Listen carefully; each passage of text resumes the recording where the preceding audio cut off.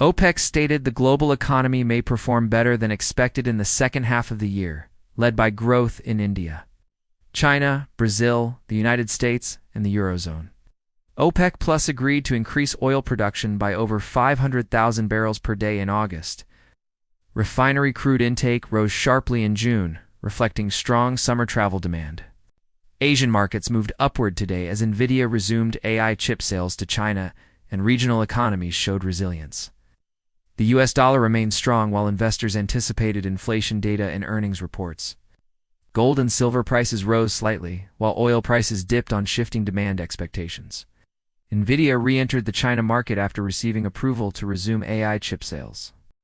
President Trump issued a 50-day deadline for Russia to withdraw from Ukraine or face new energy sanctions. He also announced new tariffs of 30% on imports from the European Union and Mexico. Market analysts warned of a potential tariff-driven recession loop. If global trade tensions continue to escalate, U.S. bond yields are rising, with Japan also experiencing upward pressure as inflation concerns grow. Japan's Prime Minister will meet the U.S. Treasury Secretary in Tokyo to negotiate a trade agreement before the tariffs begin. European leaders are preparing to visit Japan to discuss new cooperation on energy, technology, and defense. Markets in West Asia remained cautious ahead of inflation reports and U.S. earnings season. NATO Secretary General Rutte is expected to meet President Trump this week in Washington to finalize military aid plans for Ukraine. Kremlin officials criticized the U.S. deadline and vowed to continue operations in Ukraine.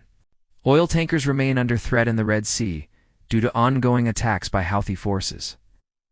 Lebanon is experiencing its worst drought on record as its primary water reservoir reaches historic lows. A wildfire at the Grand Canyon destroyed dozens of park structures, including cabins and service buildings. U.S. consumer prices rose nearly 3% in June, driven by cost increases linked to trade tariffs. J.P. Morgan's CEO said that economic shifts are difficult to predict until after they occur. President Putin reaffirmed his intent to continue the war in Ukraine, unless Western nations accept his terms for peace. In China, households continue to report wage cuts and side jobs despite overall economic growth.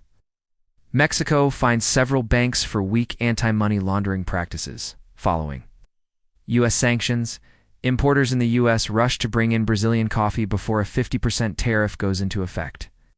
Methansat, a climate monitoring satellite, has gone offline after losing power in orbit.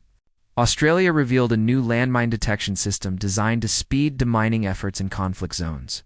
Cameroon's president, age 92, confirmed he will run for re-election again. Syrian troops advanced into Swaida, following clashes with local Druze militias. Former Nigerian President Buhari was honored with a state funeral after his passing. An Israeli strike in Gaza damaged water infrastructure, worsening humanitarian conditions. Settler violence targeted civilian and religious sites in the West Bank, drawing international criticism. Air India released preliminary findings from a recent crash investigation, with the cause still under review. France proposed ending to national holidays next year to cut budget deficits. In Spain, anti-migrant riots sparked clashes in several cities, prompting calls for calm.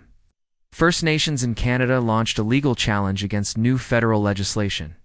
Several Syrian villages were evacuated as government forces advanced into contested areas. Fireworks lit up the sky near the Eiffel Tower during Bastille Day celebrations in Paris. That concludes your World News Recap for July 15th. Stay tuned tomorrow for more. No spin, no filler, just facts.